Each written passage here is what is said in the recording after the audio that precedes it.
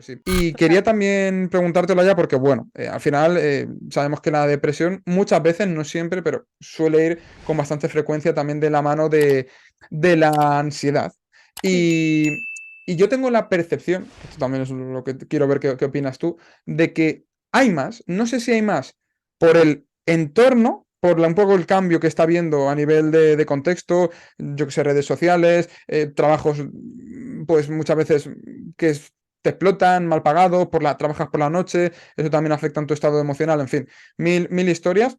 Ujú. O si es más también porque la gente se está atreviendo a hablar más de esto, o las dos juntas, o ninguna. ¿Tú qué opinas de esto? Vale, yo en mi experiencia práctica, en mi trabajo clínico, sí que he observado que sobre todo durante la pandemia y a raíz de la pandemia, o sea, y a partir de ahí, la demanda por este tipo de problemas aumentó, pero exponencialmente, muchísimo. Es decir, ya había una cierta tendencia antes a problemas de ansiedad, a encontrarte cada vez más casos de ansiedad, incluso comorbiles con otras cosas y de depresión o de estado de ánimo también. Bueno, porque al final es un poco eso, van muy de la mano. De hecho, bueno, los famosos trastornos ansioso-depresivos en los que hablamos en psicología, básicamente se desarrollan porque empieza o el problema debuta como un problema de ansiedad que no se gestiona bien o no se gestiona a tiempo y esa ansiedad va creciendo y se va agravando con el tiempo hasta que llega un punto que es tan incapacitante la ansiedad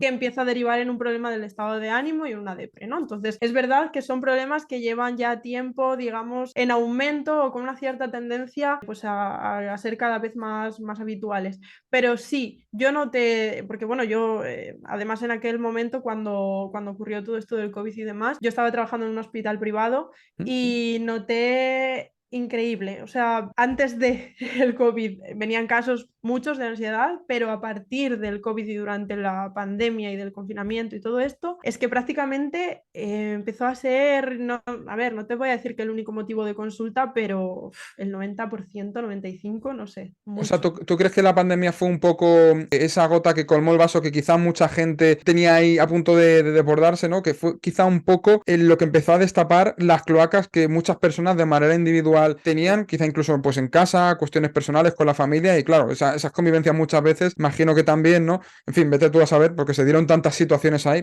Sí, sí, total. muchísimas, pero ¿crees que eso en parte como que hizo que la gente llegase a ese sufrimiento del que tú antes has hablado y a hecho que tomasen ya en plan, tengo que cambiar algo? Sí, en cierto modo sí. De hecho fue curioso también ¿Mm? porque yo durante aquella época, que además eso, además justo durante el confinamiento, evidentemente el servicio de psicología en el hospital no era imprescindible que fuese presencial, entonces empezamos a trabajar online. Luego ya sí fuimos retomando poco a poco la presencialidad y demás, pero sí que me llamaba la atención que había casos, había personas que lo estaban pasando realmente mal por esto mismo que dices, porque es verdad que, claro, cuando el mundo entero se para y tú de repente tienes que pararte también y hacer frente a toda la mierda que no estabas gestionando bien, claro, ahí, ojo, o también porque, bueno, las situaciones de cada uno, había gente que de repente pues tenía que encerrar solo en su casa, tenía que, pues eso, decir adiós y abandonar relaciones sociales, incluso familiares, Eso y es. bueno, un montón de situaciones muy graves, ¿no? Pero paradójicamente también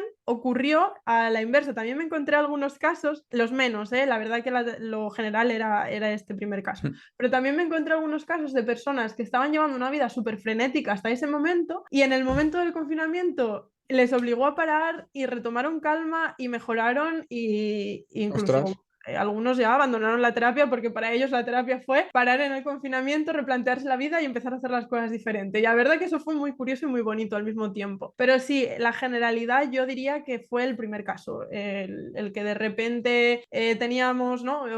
O nos habíamos medio adaptado a tener un estilo de vida que nos hiciera estar distraídos de malestares y de cosas que no estábamos gestionando bien y de repente todos esos recursos o todos esos parches que habíamos puesto a nuestra disposición bien colocaditos ahí se acaban y Llegó un huracán y se los llevó todos.